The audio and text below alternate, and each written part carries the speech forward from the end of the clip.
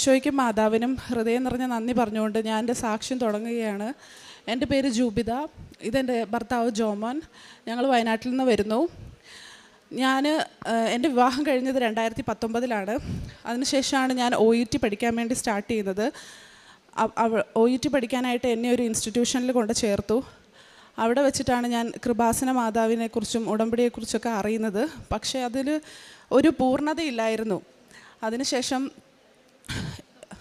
ഉടമ്പടി ഞാൻ എടുത്തു. ഓൺലൈനായിട്ടായിരുന്നു ഉടമ്പടി എടുത്തിട്ടുണ്ടായിരുന്നത്. ആ ഉടമ്പടിയിൽ ഞാൻ പ്രാർത്ഥിക്കുക മാത്രമാണ് ചെയ്തത്. രാവിലെ 5:30 എഴുന്നേറ്റ് ഞാൻ പ്രാർത്ഥിക്കുമായിരുന്നു. പക്ഷേ അതിൽ കൂടുതൽ വേറെ നിബന്ധനകളൊന്നും ഞാൻ പാലിച്ചിരുന്നില്ല. എന്നിട്ട് ഞാൻ എക്സാം എഴുതി. പക്ഷേ എനിക്ക് അപ്പം ഇംഗ്ലീഷിൽ അത്ര പ്രാവീണ്യക്കുറവ് മൂലം അത് കിട്ടിയുമില്ല. പിന്നെ ഉടമ്പടി കറക്റ്റായിട്ട് ചെയ്തുമില്ല. അപ്പം കിട്ടാനുള്ള ചാൻസ് കുറവായിരുന്നു. അതുപോലെ തന്നെ ഞാൻ അതിൽ തോറ്റു. അതിനുശേഷം രണ്ടാമതും എക്സാം എഴുതി. അതിലും തോറ്റു. കാരണം കോവിഡ് സമയമായിരുന്നു. പിന്നെ ക്ലാസ്സസൊക്കെ ക്ലോസ് ചെയ്തു. അപ്പോൾ ഓൺലൈനായിട്ടായിരുന്നു ക്ലാസ്. അതിൻ്റെ ഇടയ്ക്ക് ജോലി ഉണ്ടായിരുന്നു. അങ്ങനെ അത് പഠിച്ചെഴുതി. പക്ഷേ അതിലും മാർക്ക് കിട്ടാത്തത് കാരണം അതും അവിടെ ഞാൻ ഫെയിലാവുമായിരുന്നു ചെയ്തത്. അതിനുശേഷം പിന്നീട് എനിക്കൊരു കുഞ്ഞ് ജനിച്ചു. കുഞ്ഞുണ്ടായി കഴിഞ്ഞപ്പോഴും ഇനിയും പഠിക്കാൻ എല്ലാവരും എന്നോട് പറഞ്ഞു. അങ്ങനെ മൂന്നാമത്തെ പ്രാവശ്യവും അത് ഞാൻ ആത്മാർത്ഥമായി പഠിച്ചിട്ടാണ് എഴുതിയത് പരീക്ഷ. പക്ഷേ അതിലും വളരെ സങ്കടം എന്ന് പറയട്ടെ, അതിലും ഞാൻ തോറ്റു. അപ്പോൾ പഠിച്ച കാരണം എനിക്ക് കുറച്ച് വിഷമം ഉണ്ടായിരുന്നു. എന്നാലും ഞാൻ അധികം പ്രാർത്ഥനയിലോട്ട് വന്നിട്ടില്ലായിരുന്നു. അപ്പോൾ എല്ലാവരും പറഞ്ഞു, ഇത്ര നന്നായി പഠിച്ചല്ലോ, ഇനിയിപ്പം പേടിക്കണ്ട, ഒരു പ്രാവശ്യം കൂടി എഴുതുക, എന്നാൽ ജയിക്കുന്നു. അങ്ങനെ നാലാമത്തെ പ്രാവശ്യവും ഞാൻ പഠിച്ചു. പിന്നെ പ്രാർത്ഥിക്കാനും തുടങ്ങി അതിൻ്റെ കൂടെ. അങ്ങനെ ഒരു ഡേറ്റ് എടുത്തിട്ട് അതിൽ എക്സാം എഴുതി. ആ എക്സാമിന് അതുപോലെ തന്നെ പഴയ പോലെ തന്നെ ചെറിയ ചെറിയ പോയിൻറ്റുകളുടെ വ്യത്യാസത്തിൽ ഞാൻ തോക്കുകയാണ് ചെയ്തത്. അപ്പം തീരെ സഹിക്കാൻ പറ്റുന്നില്ലായിരുന്നു. ഭയങ്കര വിഷമമായിരുന്നു. അങ്ങനെ ഞാൻ തന്നെ വിചാരിച്ചു, ഇനി എന്തായാലും പരീക്ഷ എഴുതിക്കൊണ്ടിരുന്നിട്ടുണ്ടെങ്കിൽ എൻ്റെ എക്സ്പീരിയൻസ് പോവുകയുള്ളൂ. അപ്പം ഞാൻ എന്തായാലും ജോലിക്ക് കയറാമെന്ന് വിചാരിച്ചു. അങ്ങനെ കൊച്ചിനെ എൻ്റെ വീട്ടിലാക്കിയിട്ട് ഞാൻ തൊട്ടടുത്തുള്ള ഒരു ഹോസ്പിറ്റലിൽ ജോലിക്ക് കയറി. അവിടെ ജോലിക്ക് പോയി വരാൻ എനിക്കൊരു 1 മണിക്കൂർ ദൂരമുണ്ട്. ആ 1 മണിക്കൂർ ദൂരം ബസ്സിലിരുന്നുകൊണ്ടായിരുന്നു ഞാൻ പിന്നെ പൂർണ്ണമായിട്ടും പ്രാർത്ഥനയിലേക്ക് തന്നെ തിരികെയായിരുന്നു. പക്ഷെ ഞാൻ ഉടമ്പടി എടുത്തിട്ടുണ്ടായിരുന്നില്ല. അങ്ങനെ പ്രാർത്ഥിച്ച് അങ്ങനെയാണ് ഞാൻ കൃപാസനത്തെക്കുറിച്ച് കൂടുതൽ അറിയുന്നത്. അച്ഛൻ്റെ ടോക്കുകളും ധ്യാനങ്ങളൊക്കെ കൂടാൻ തുടങ്ങിയത് ആ പ്രാർത്ഥനയിലൂടെയാണ്, യാത്രയിലാണ്. അങ്ങനെ ഞാൻ പ്രാർത്ഥിച്ചുകൊണ്ടിരിക്കുമ്പം എക്സാം എഴുതണമെന്ന് തോന്നി, പക്ഷേ എഴുതിയില്ല. അതിന് മുന്നേ തന്നെ എൻ്റെ ഒരു ഫാമിലിയിൽ നിന്ന് തന്നെ എല്ലാവരും പറഞ്ഞു, ഇങ്ങനെ ഒരു കെയർ അസിസ്റ്റൻറ്റിൻ്റെ ഒരു ഓഫറുണ്ട് അയർലൻഡിലേക്ക്. അപ്പം പിന്നെ താല്പര്യമാണെങ്കിൽ അതിൻ്റെ ഇൻ്റർവ്യൂസ് അവൈലബിൾ ആണ്, അതൊന്ന് ഇൻ്റർവ്യൂ അറ്റൻഡ് ചെയ്ത് നോക്കാൻ വേണ്ടി പറഞ്ഞു. അങ്ങനെ ഞാൻ ഇൻ്റർവ്യൂ അറ്റൻഡ് ചെയ്തു. ആ ഇൻ്റർവ്യൂവിൽ ഞാൻ സെലക്റ്റായി. അപ്പോൾ അച്ഛൻ ഇവിടെ പ്രസംഗത്തിൽ, ഒരു പ്രാവശ്യത്തെ അച്ഛൻ്റെ പ്രസംഗത്തിൽ ഞാൻ കേട്ടിട്ടുണ്ടായിരുന്നു, നമ്മളത്രയ്ക്ക് സങ്കടത്തിലായിരുന്നു ഞാൻ ആ ഇൻ്റർവ്യൂ ഒക്കെ അറ്റൻഡ് ചെയ്തത്, എത്രയും പരീക്ഷ എഴുതി ജയിക്കാത്ത കാരണം. അപ്പം മാതാവ് എന്നെ ആ ഇൻ്റർവ്യൂവിൽ ജയിപ്പിച്ച് എന്നെ ലിഫ്റ്റ് ചെയ്ത് പെട്ടെന്ന് എനിക്ക് പ്രോസസ്സിങ് നടത്തി. Within 3 months. ഞാൻ വിചാരിച്ചു 1 വർഷമൊക്കെ എടുക്കും അയർലൻഡിലേക്ക് പോകാൻ. പക്ഷേ വിത്തിൻ 3 months എനിക്ക് അവിടേക്ക് എത്തി. അവിടെ ഞാൻ കെയർ അസിസ്റ്റൻ്റായിട്ട് ജോലിക്ക് കയറി. അതിനുശേഷം പിന്നെയും ഒരു പ്രതീക്ഷ എന്ന് വെച്ചാൽ അവിടെ എത്തി, ഇനിയിപ്പം ഒരു പരീക്ഷ എഴുതി എനിക്ക് അവരെ കൊണ്ടുവരാലോ എന്നുള്ള പ്രതീക്ഷയിൽ ഞാനങ്ങനെ OET വീണ്ടും പഠിക്കാൻ തുടങ്ങി. അവിടെ വെച്ച് ഒരുപാട് കുട്ടികൾ എൻ്റെ കൂടെ ഇല്ലെങ്കിലും പുറത്ത് കുട്ടികളൊക്കെ പഠിക്കുന്നുണ്ടായിരുന്നു. അങ്ങനെ അവരിൽ നിന്നൊക്കെ ചോദിച്ചറിഞ്ഞ് ഞാനൊരു ട്യൂട്ടറൊക്കെ വെച്ച് ഞാൻ പഠിക്കാൻ തുടങ്ങി. അങ്ങനെ ആ പഠിക്കുന്നതിൻ്റെ ഇടയ്ക്ക് ശരിക്കും എൻ്റെ മനസ്സിൽ ഞാൻ ഒരുപാട് പരിത്യജിക്കണം, ഒരുപാട് കാര്യങ്ങൾ ഞാൻ മാതാവിന് ഈശോയ്ക്ക് വേണ്ടി പരിത്യജിക്കണം എന്ന് എനിക്ക് തോന്നി. അങ്ങനെ എൻ്റെ ജോലി ഞാൻ അതിന് പ്രധാനമായിട്ട് ഉപയോഗിച്ചു. മറ്റുള്ളവരൊക്കെ ചെയ്യാൻ മടിക്കുന്ന പല കാര്യങ്ങളും ഞാൻ ഈശോയ്ക്ക് സമർപ്പിച്ച് ചെയ്യാൻ തുടങ്ങി. അങ്ങനെ ഞാൻ ആ പ്രാവശ്യം ജനുവരി 13 എൻ്റെ പരീക്ഷ, 2023. ആ പരീക്ഷയിൽ ഞാൻ എഴുതി. മാതാവിൻ്റെ ആ എക്സാമിന് പോകാനിരിക്കുന്ന ആ സമയത്ത് എൻ്റെ ഒരു ഫ്രണ്ട് വഴി എനിക്ക് അൺഎക്സ്പെക്റ്റഡ് ആയിട്ട് ഇവിടുത്തെ കാശുരൂപം കിട്ടി. ആ കാശുരൂപം കൊണ്ടാണ് ഞാൻ പരീക്ഷ എഴുതാൻ പോയത്. അതുപോലെ തന്നെ എൻ്റെ മമ്മി കൃപാസനത്തിൽ ഉടമ്പടി എടുത്തിട്ടുണ്ടായിരുന്നു. അതിൻ്റെ ഉപ്പ് കൊണ്ടാണ് ഞാൻ അയർലൻഡിലേക്ക് പോകുന്നത്. ആ ഉപ്പും കൊണ്ട് ഞാൻ പരീക്ഷയ്ക്ക് പോയി. അവിടെ വെച്ച് എല്ലാ പേപ്പറിലും ഞാൻ മാതാവിൻ്റെ കാശുരൂപം വെച്ച് പ്രാർത്ഥിച്ചു. എന്നിട്ട് പരീക്ഷ കഴിഞ്ഞിട്ട് ഇറങ്ങി തിരിച്ചു വരുമ്പം ഞാൻ ആ ഉപ്പ് അവിടെ ഇട്ടിട്ട് എല്ലാവരും ചെയ്യാറുള്ള പോലെ പ്രാർത്ഥിച്ചിട്ട് ഇട്ടു. എനിക്കിനി ഈ പരീക്ഷ എഴുതാൻ വയ്യ മാതാവേ, ഇനി എനിക്കിത് പറ്റില്ല എന്ന് പറഞ്ഞുകൊണ്ട് ഇട്ടു, നീ എന്നെ എങ്ങനെയും ജയിപ്പിക്കണം എന്ന് പറഞ്ഞിട്ട് അങ്ങനെ ഞാൻ ആ എക്സാം കഴിഞ്ഞ് പോന്നു, റിസൾട്ടിന് വേണ്ടി വെയിറ്റ് ചെയ്തു. റിസൾട്ട് വന്നു. നമ്മളെല്ലാവരും വിചാരിക്കും ഞാൻ ജയിച്ചു എന്ന്, പക്ഷേ ഞാൻ അതിന് തോക്കുകയാണ് ചെയ്തത്. എന്നിട്ട് ഞാൻ റീവാലുവേഷന് കൊടുക്കാൻ വരെ എനിക്ക് മനസ്സില്ലായിരുന്നു, അത്രയ്ക്ക് തകർന്ന അവസ്ഥയായിരുന്നു. എന്നിട്ടും ഞാൻ റീവാലുവേഷന് കൊടുത്തു. അതിനുശേഷം ഞാൻ എൻ്റെ ഹസ്ബൻഡിൻ്റെ അടുത്ത് ദുബായിലേക്ക് തിരിച്ചു പോയി. ലീവിന് ആനുവൽ ലീവ് ആയിരുന്നു. ആനുവൽ ലീവിലായിരിക്കുന്ന സമയത്ത് എൻ്റെ റിസൾട്ട് വന്നു. ആ റിസൾട്ടിൽ എൻ്റെ മാതാവ് 2 മൊഡ്യൂളായിരുന്നു ഞാൻ റീവാലുവേഷന് കൊടുത്തത്. ആ 2 ഒരെണ്ണത്തിന് എനിക്ക് 350 എബോവ് മാർക്ക് തന്ന് എനിക്ക് വിജയം നൽകി അനുഗ്രഹിച്ചു. അതിന് മാതാവിന്, ഈശോയ്ക്ക് ഞാൻ ഒരുപാട് നന്ദി പറയുന്നു. അതിനുശേഷം പിന്നെ എൻ്റെ പ്രോസസ്സിങ് സ്റ്റാർട്ട് ചെയ്തു. ആ പ്രോസസ്സിങ്ങുകൾ, നേഴ്സസിൻ്റെ പ്രോസസ്സിങ്ങുകളൊക്കെ കുറച്ച് തടസ്സങ്ങളായിരുന്നു. പിന്നീട് എൻ്റെ ഹസ്ബൻഡ് നാട്ടിലേക്ക് തിരിച്ചു വന്നു കുട്ടീൻ്റെ കൂടെ നിൽക്കാൻ വേണ്ടിയിട്ട്. ആ സമയത്ത് ഹസ്ബൻഡിൻ്റെ പെങ്ങൾക്ക് മുഖേന എൻ്റെ ഹസ്ബൻഡ് ഇവിടെ വന്ന് ഉടമ്പടി എടുത്തു. ഉടമ്പടി എടുത്തത് തന്നെ എനിക്ക് ഭയങ്കര ഒരു അത്ഭുതമായിരുന്നു. ഹസ്ബൻഡ് ഉടമ്പടി എടുത്തത് എൻ്റെ ജീവിതത്തിൽ ഏറ്റവും വലിയൊരു അത്ഭുതമാണ് മാതാവ് ചെയ്തത്. അങ്ങനെ ഉടമ്പടി എടുത്ത് ഹസ്ബൻഡ് അതിലൂടെ പ്രാർത്ഥിക്കാൻ തുടങ്ങി. അങ്ങനെ ഞാൻ പരീക്ഷയ്ക്ക് പ്രിപ്പയറായി. ആപ്റ്റിറ്റ്യൂഡ് പരീക്ഷയായിരുന്നു. അവിടുത്തെ അയർലൻഡിൻ്റെ രജിസ്ട്രേഷൻ കിട്ടി. നേഴ്സാവണമെങ്കിൽ ആ പരീക്ഷ നമ്മൾ പാസ്സാവണം. അങ്ങനെ അത് ഞാൻ ആത്മാർത്ഥമായിട്ട് എപ്പോഴും ഞാൻ പഠിക്കുമായിരുന്നു. പക്ഷേ എനിക്ക് ഭയങ്കര ഗ്രേസ് കുറവുണ്ടായിരുന്നു. അത് എൻ്റെ ജീവിതത്തിൽ വേറെ എന്തോ കാരണങ്ങൾ കൊണ്ടാണെന്ന് തോന്നുന്നു. പക്ഷേ ഞാനിങ്ങനെ ഒരുപാട് പിന്നെ പരിത്യജിച്ച് പഠിക്കാൻ തുടങ്ങി. പഠിച്ച് എക്സാം ഡേറ്റ് എടുത്തു. എക്സാം ഡേറ്റ് എടുക്കാൻ തന്നെ എനിക്ക് കൺഫ്യൂഷനായിരുന്നു. ഡേറ്റ് എങ്ങനെ എടുക്കണം? ഇത് 2.5 ലക്ഷം രൂപ കൊടുത്ത് എഴുതുന്ന പരീക്ഷയാണ്. അപ്പോൾ നമ്മൾ നന്നായി പ്രിപ്പയർ ചെയ്യണം. അപ്പം എനിക്ക് ഭയങ്കര കൺഫ്യൂഷനായിരുന്നു. പിന്നെ ഇങ്ങനെ ഡേറ്റ് നീണ്ടുപോയിക്കൊണ്ടിരുന്നാൽ നമ്മൾ വീണ്ടും നമുക്ക് പ്രോസസ്സിങ് ചെയ്യേണ്ടി വരും. അത് കാരണം ഒരു ദിവസം പെട്ടെന്ന് എഴുന്നേറ്റപ്പം എൻ്റെ മനസ്സിൽ തന്നെ തോന്നി ഇന്ന് പോയി പൈസ അടച്ച് പരീക്ഷ എഴുതാൻ.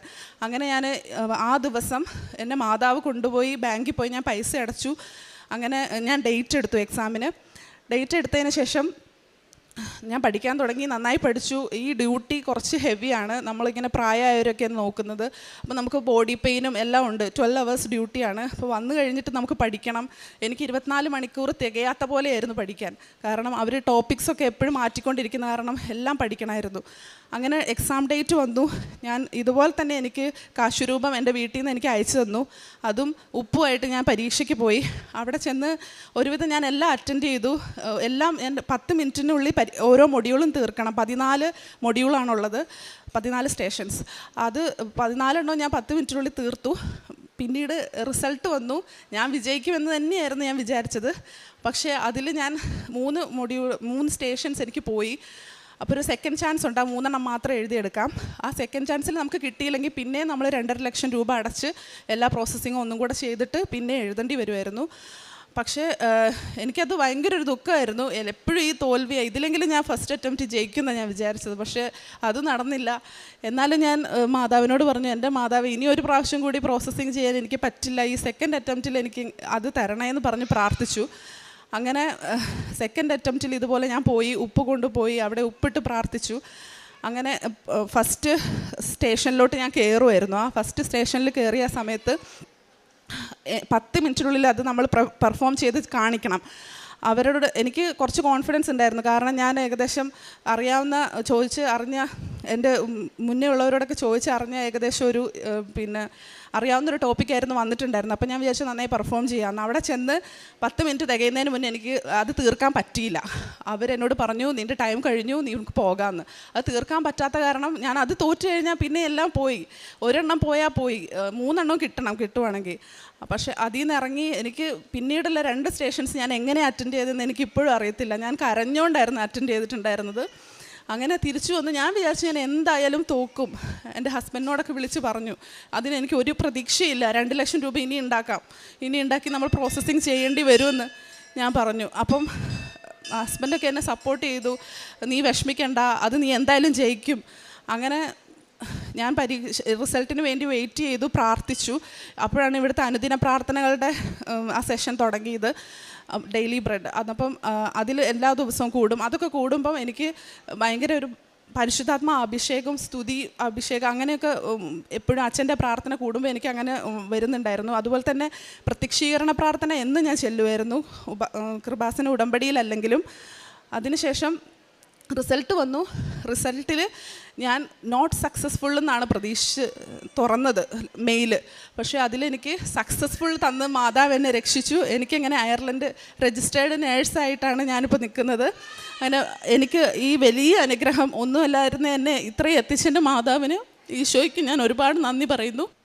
യേശു സ്വസ്ത്രം, യേശുവെ നന്ദി. ഞാൻ ഉടമ്പടി എടുക്കുന്ന സമയത്ത് എനിക്കൊരുപാട് ശാരീരിക ബുദ്ധിമുട്ടുകളുണ്ടായിരുന്നു. ഞാൻ ഇവിടുന്ന് ഉടമ്പടി എടുത്ത് എൻ്റെ വീട്ടിൽ ചെന്ന് രണ്ടാമത്തെ ദിവസം തന്നെ എൻ്റെ കണ്ണ് മുകളിലേക്ക് ഉയർന്നു വന്നു. കണ്ണിൽ ഭയങ്കര നീര്. എന്താണ് കാരണം എന്നറിയുന്നില്ലായിരുന്നു. അപ്പോഴും ഞാൻ ഓർത്തു, ദൈവമേ, ഉടമ്പടി എടുത്തു, അതിൻ്റെ പിറ്റേ ദിവസം തന്നെ ഇങ്ങനെ ഒരു അസുഖം, എന്തു ചെയ്യും? അങ്ങനെ ഒരു 2-3 ഹോസ്പിറ്റലിൽ പോയി, ഒരു മരുന്നെല്ലാം തന്ന് അത് കുറഞ്ഞു. അങ്ങനെ ഒരു 2 ദിവസവും കൂടെ കഴിഞ്ഞപ്പോഴേക്ക് ഞാൻ എൻ്റെ വീടിൻ്റെ മേളിൽ നിന്ന്, ടെറസിൽ നിന്ന് താഴേക്ക് വീണ് എൻ്റെ ഒരു കൈ ഒടിഞ്ഞു. അപ്പോഴും ഞാൻ ഉറപ്പിച്ചു, ഉടമ്പടി എടുത്തുകൊണ്ടാണോ എനിക്കിങ്ങനെ വന്നുകൊണ്ടിരിക്കുന്നതെന്ന്. പക്ഷേ എനിക്കൊരു കാര്യം ഉറപ്പായി, ഉടമ്പടി എന്ന് പറയുന്നത് നമ്മൾ വിചാരിക്കുന്ന പോലെ വളരെ നിസ്സാരമായൊരു സംഭവമല്ല. ഒന്നിനു പുറകെ ഒന്നായിട്ട് നമ്മളെ പരീക്ഷിക്കാൻ വേണ്ടിയിട്ട് ഓരോ പ്രശ്നങ്ങൾ വന്നുകൊണ്ടിരിക്കും. നമ്മളത് തരണം ചെയ്യണമെന്ന് എനിക്ക് മനസ്സിലായി. പക്ഷേ ഞാൻ എൻ്റെ കൈ കെട്ടിക്കൊണ്ടിരിക്കുന്ന അവസ്ഥയിലാണെങ്കിൽ പോലും ഞാൻ ഉടമ്പടിയിൽ എന്താണോ അവർ പറഞ്ഞിരിക്കുന്നത് ആ കാര്യങ്ങളെല്ലാം ഞാൻ പാലിക്കാൻ മാക്സിമം ശ്രദ്ധിച്ചിരുന്നു. ആ സമയത്ത് നമ്മൾ വൃദ്ധസദനങ്ങളിലാണെങ്കിലോ, അതുപോലെ തന്നെ സാമ്പത്തികമായിട്ട് ആർക്കെങ്കിലും ബുദ്ധിമുട്ടുകളുണ്ടെങ്കിലോ, രോഗികളുടെ അടുത്തെല്ലാം ഞാൻ ഈ കൈയും വെച്ചുകൊണ്ട് പോകുമായിരുന്നു. പക്ഷേ അതെനിക്കൊരു ഭയങ്കര ബ്ലെസ്സിങ് ആയിരുന്നു എന്ന് പിന്നീടാണ് എനിക്ക് മനസ്സിലാവുന്നത്. പക്ഷേ അതിനുശേഷം ഉള്ള ആപ്റ്റിറ്റ്യൂഡ് എക്സാം ഫെയിലായി എന്ന് പറഞ്ഞപ്പോഴും എനിക്ക് എൻ്റെ മനസ്സിലൊരു സങ്കടമില്ല. കാരണം ഞാൻ എങ്ങനെയാണ് മനസ്സിൽ വിചാരിച്ചത്, നമുക്ക് കിട്ടാനുള്ളതാണെങ്കിൽ കിട്ടും, എന്തായാലും ഇവിടം വരെ എത്തി. പക്ഷേ എന്താണ് ഇങ്ങനെ ഫെയിലാവുന്നത്? ഞാൻ പ്രത്യേകിച്ച് ചെയ്യാത്ത ഒരു മോശമായ കാര്യങ്ങളൊന്നും ചെയ്യുന്നില്ല, പിന്നെ എന്തുകൊണ്ടാണ് ഇങ്ങനെ വരുന്നതെന്ന് ഞാൻ ചിന്തിച്ചു. അപ്പോഴാണ് എനിക്ക് ഒരു കാര്യം പെട്ടെന്ന് ദൈവം എൻ്റെ മനസ്സിലേക്ക് കൊണ്ടുവന്നത്. ഇപ്പം എൻ്റെ വീടും പള്ളിയൊക്കെ ആയിട്ട് ഏകദേശം ഒരു 2.5 കിലോമീറ്ററിന് ദൂരമുള്ളൂ. എനിക്ക് എന്നും വേണമെങ്കിലും പള്ളിയിൽ പോകാമായിരുന്നു. പക്ഷേ രാവിലെ ഞാൻ ഉടമ്പടി പ്രാർത്ഥന കഴിഞ്ഞ് കഴിഞ്ഞാൽ എനിക്ക് പള്ളിയിൽ പോകുന്നൊരു ശീലമില്ലായിരുന്നു. പക്ഷേ അന്ന് മുതൽ ഞാൻ അങ്ങോട്ട് പള്ളിയിൽ പോകാൻ തുടങ്ങി. എല്ലാ ദിവസവും പള്ളിയിൽ പോകാൻ തുടങ്ങും. ഞാൻ ദൈവത്തോട് ഇങ്ങനെ പ്രാർത്ഥിച്ചു, ദൈവമേ, ഇവളുടെ കഴിവുകൊണ്ട് ഇനി എന്തായാലും ഇത് കിട്ടാൻ പോകുന്നില്ല, അങ്ങയുടെ കാരുണ്യം കൊണ്ട് മാത്രമേ ഇനി പരീക്ഷ ജയിക്കാൻ പറ്റുള്ളൂ എന്ന്. അങ്ങനെ ഞാൻ എല്ലാ ദിവസവും പ്രാർത്ഥിക്കുകയും ചെയ്തു, എല്ലാ ദിവസവും പള്ളിയിൽ പോവുകയും ചെയ്തു. എങ്കിലും പള്ളിയിൽ പോയിട്ടൊരു കണ്ടിന്യൂ ആയിട്ട് 26-27 ദിവസമായിരുന്നു ഉള്ള റിസൾട്ട് വന്ന് റിസൾട്ട് സക്സസ്ഫുള്ളായത്. എത്ര മാതാവിനോട് നന്ദി പറഞ്ഞു കഴിഞ്ഞാലും തീരെയല്ല. എന്നും ഈ കടപ്പാട് മാതാവിനോടുണ്ടാവും. എല്ലാവരുടെയും ആവശ്യങ്ങൾ മാതാവ് നടത്തി തരാൻ ആത്മാർത്ഥമായി പ്രാർത്ഥിക്കുന്നു. പിന്നെ ഞാൻ കാരുണ്യപ്രവൃത്തികൾ ചെയ്തിട്ടുണ്ടായിരുന്നു. കൃപാസനത്തിൻ്റെ പത്രങ്ങൾ എല്ലാ വീടുകളിലും കൊണ്ടേ കൊടുക്കുമായിരുന്നു. അതൊരു നല്ലൊരു പുണ്യമായിട്ടായിരുന്നു ഞാൻ കണ്ടുകൊണ്ടിരുന്നത്. ഞാൻ എല്ലാവരോടും പറയുകയാണ്, നമ്മൾ മാക്സിമം പത്രം, എനിക്ക് ആദ്യമൊക്കെ പത്രം ഇടുമ്പോൾ ഭയങ്കര നാണക്കേടായിരുന്നു. ഒന്നാമത് ഞാനൊന്ന് അങ്ങനെയൊന്നും ചെയ്തിട്ടില്ല. എന്താ പറയുക, ഒരു ആൾക്കാരോട് ഒരു ആത്മീയമായിട്ട് സംസാരിക്കുകയോ. അപ്പം ഞാനിത് കൊണ്ടേ കൊടുക്കുക എന്ന് പറയുമ്പോൾ ഞാൻ എൻ്റെ മനസ്സിൽ ചിന്തിക്കുന്നത് ഇവരെന്നെക്കുറിച്ച് എന്ത് വിചാരിക്കും, അങ്ങനെയൊക്കെയായിരുന്നു ഞാൻ വിചാരിച്ചുകൊണ്ടിരുന്നത്. പക്ഷേ അത് നമ്മുടെ അനുഭവങ്ങളാണ്. ഓരോ ആളുകൾക്ക് ആ പത്രം കിട്ടുമ്പോൾ നിനക്കെന്താണ് കിട്ടിയത് എന്ന് ചോദിച്ച് അവരോടൊന്ന് സംസാരിക്കുമ്പോൾ തന്നെ നമുക്ക് മനസ്സിലായി എല്ലാവർക്കും ഇത് മനസ്സിലാക്കാൻ താല്പര്യമുണ്ട് എന്നുള്ള കാര്യങ്ങൾ. അപ്പോൾ ഇനിയുള്ള എല്ലാവരോടും എനിക്ക് പറയാൻ ഒന്നേ ഉള്ളൂ, നമ്മൾ ഈ പത്രങ്ങളാണെങ്കിലും എല്ലാവരുടെയും എടുത്ത് മാക്സിമം എത്തിക്കാൻ ശ്രമിച്ചു കഴിഞ്ഞ് കഴിഞ്ഞാൽ അതുകൊണ്ട് നമുക്ക് മാത്രമല്ല ബ്ലെസ്സിങ് കിട്ടുന്നത്, മറ്റൊരു കുടുംബവും കൂടെ രക്ഷപ്പെടും. ആ ഒരു കാര്യം എല്ലാവരെയും ഓർമ്മിപ്പിക്കുന്നു. പിന്നെ ഒരു കാര്യം കൂടെ ഉണ്ട്. വൈഫ് ഇന്നലെയാണ് അയർലൻഡിൽ നിന്ന് വന്നത്. ഞങ്ങൾ ഇതുവരെ വീട്ടിൽ പോയിട്ടില്ല. എയർപോർട്ടിൽ നിന്ന് നേരെ ഇങ്ങോട്ടാണ് വന്നത്. നാളെ രാവിലെയാണ് ഞങ്ങൾ തിരിച്ച് പോയി ഞങ്ങളുടെ കുഞ്ഞിനെ കാണാൻ പോകുന്നത്. ഇത്രയും ഒരു അവസരങ്ങൾ തന്ന മാതാവിനോട് നന്ദി പറയുന്നു. ഞാനിന്ന് വന്ന് ഉടമ്പടി എടുത്തു. ഞാനത് ഓൾറെഡി തീരുമാനിച്ചതായിരുന്നു ഫസ്റ്റ് വരുമ്പോൾ തന്നെ ഇങ്ങോട്ട് വന്ന് ഉടമ്പടി എടുക്കണമെന്ന്. അതുപോലെ തന്നെ ഇപ്പം ഞാൻ പ്രാർത്ഥിക്കാതെ തന്നെ ഒറ്റയടിക്ക് എനിക്കിപ്പോൾ എല്ലാം കല്യാണം കഴിഞ്ഞ പാടെ എനിക്കിത് കിട്ടുമായിരുന്നെങ്കിൽ ശരിക്കും ഞങ്ങൾ ഈ ഒരു വിശ്വാസ ജീവിതത്തിലേക്ക് വരില്ലായിരുന്നു. ഇത് ഞങ്ങൾ രണ്ടുപേരെയും വിശുദ്ധീകരിക്കുന്നതിന് വേണ്ടിയിട്ട് മാതാവ് ഈ വഴി കൂടെ നടത്തിയതാണെന്ന് എനിക്ക് പൂർണ്ണ വിശ്വാസമുണ്ട്. മാതാവിന് ഞാൻ നന്ദി പറയുന്നു, ഈശോയ്ക്ക് കോടാനുകൂടി നന്ദി പറയുന്നു. Thank you. പത്രോസ്ലീഹായുടെ 1-ാം ലേഖനം 1-ാം അധ്യായം 7-ാം തിരുവചനം അരുളി ചെയ്യുന്നു, അഗ്നിശോധനയെ അതിജീവിക്കുന്ന നശ്വരമായ സ്വർണത്തേക്കാൾ വിലയേറിയതാണ് പരീക്ഷകളെ അതിജീവിക്കുന്ന നിങ്ങളുടെ വിശ്വാസം. ജൂബിതയും അതുപോലെ തന്നെ ജീവിത പങ്കാളിയും തങ്ങളുടെ ജീവിത സാക്ഷ്യങ്ങൾ എങ്ങനെയാണ് ഇന്ന് ഈ അൾത്താരയിൽ വന്ന് നിൽക്കുവാനായിട്ട് തങ്ങൾക്ക് കഴിഞ്ഞത്, അതിനെക്കുറിച്ചാണ് നാം കേട്ടുകൊണ്ടിരുന്നത്. തിരുവചനം അരുളി ചെയ്യുന്നത് പോലെ ജീവിതത്തിൽ ഒന്നിനൊന്നായി തനിക്ക് തോൽവിയുടെ ഒരു നീണ്ട നിരയാണ് ജൂബിത പങ്കുവയ്ക്കുക. താൻ പലതും പിന്നീട് താൻ പ്രാർത്ഥിക്കുന്നുണ്ട്, അതുപോലെ കുറച്ചുകൂടി വ്യക്തമായ രീതിയിൽ കാരുണ്യ പ്രവർത്തനങ്ങളൊക്കെ, മറ്റുള്ളവർ ചെയ്യാത്ത കാര്യങ്ങളൊക്കെ, വീണ്ടും അയർലൻഡിൽ കെയർ വിസയ്ക്ക് പോയതിന് ശേഷം അവിടെ ചെന്ന് അങ്ങനെയൊക്കെ ചെയ്തു. എന്നിട്ടും താൻ ഫെയിലായി എന്നാണ് ഈ മകൾ പറയുക. ജീവിതത്തിൽ നമുക്ക് ഇപ്പോൾ ഉടമ്പടി എടുത്തതിന് ശേഷം എല്ലാം നമുക്ക് നന്മയായത് മാത്രം നമ്മുടെ ജീവിതത്തിലേക്ക് വരുന്നു എന്നുള്ളതാണ് നാം ധരിക്കുന്നതെങ്കിൽ, ഓരോ അനുഭവ സാക്ഷ്യങ്ങളും വ്യത്യസ്തങ്ങളായിട്ട് നമ്മോട് ഓരോ ദൈവാനുഭവങ്ങൾ പങ്കുവയ്ക്കുകയാണ്. അതുപോലെ ഹസ്ബൻഡ് ഇവിടെ വന്ന് ഉടമ്പടി എടുത്ത ഉടനെ തന്നെ ആ മകനും പലതരത്തിലുള്ള അസ്വസ്ഥതകൾ ആണുണ്ടാകുന്നത്. പിന്നീട് തിരിച്ചറിവുകളായിട്ട് ഇവരുടെ ജീവിതത്തിൽ എങ്ങനെയാണ് ഉടമ്പടി ഇവർക്ക് ഒരു ജീവിത രീതിയായി മാറിയതെന്നുള്ളതാണ് പിന്നീട് നാം കേൾക്കുന്നത്. അതായത് തനിക്ക് എവിടെയാണ് മാറ്റം വരേണ്ടതെന്ന് ഹസ്ബൻഡ് ചിന്തിച്ചു. വിശുദ്ധ കുർബാനയിലുള്ള പങ്കാളിത്തം, കൂദാശ ജീവിതം, അത് ഒത്തിരിയേറെ മാറ്റം വരുത്തി. അതുപോലെ തന്നെ ഈ മകളും തൻ്റെ ജീവിതത്തിൽ താൻ ഇങ്ങനെയൊക്കെ പോയാൽ പോരാ എന്നുള്ള ബോധ്യങ്ങൾ ഈ മകൾക്കും ലഭിച്ചു.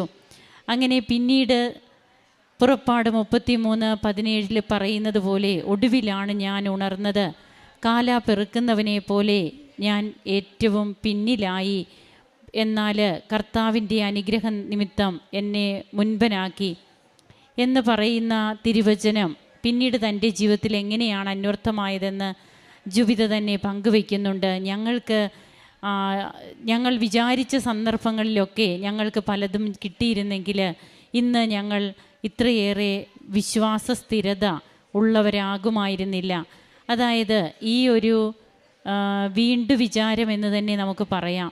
ഇതൊക്കെയാണ് ഇന്ന് ഇവിടെ തങ്ങളുടെ കുഞ്ഞിനെ പോലും കാണാൻ പോകാതെ എയർപോർട്ടിൽ നിന്ന് നേരെ ഇവിടെ വന്ന്, വയനാട്ടിലുള്ള മക്കളാണ്, ഇനിയാണ് ഇവരുടെ കുഞ്ഞിനെ കാണാനും വീട്ടിലേക്കുമൊക്കെ പോകുന്നത്. അപ്പോൾ അത്രയേറെ തങ്ങളുടെ ജീവിത അനുഭവങ്ങളിലൂടെ തങ്ങൾ പഠിച്ചു എങ്ങനെ ദൈവത്തോട് തങ്ങൾ ചേർന്ന് നിൽക്കണം. അകന്നു പോകാൻ എളുപ്പമാണ്, എന്നാൽ കർത്താവിൻ്റെ സ്നേഹത്തിലേക്ക് നമുക്ക് അടുത്ത് വരാനായിട്ട് അത് നമ്മുടെ ജീവിത അനുഭവങ്ങളിൽ എന്തുമുണ്ടാകട്ടെ, എന്നാലും ഞങ്ങൾ ഈശോയെ വിടില്ല, ഈ പാത തന്നെ പിന്തുടരും. ഇതാണ് ഈശോ ആഗ്രഹിക്കുന്ന നിലപാട്. അതാണ് ഇന്ന് ഈ മക്കളെ ഇവിടെ കൊണ്ടുവന്ന് നിർത്തിയിരിക്കുന്നതും.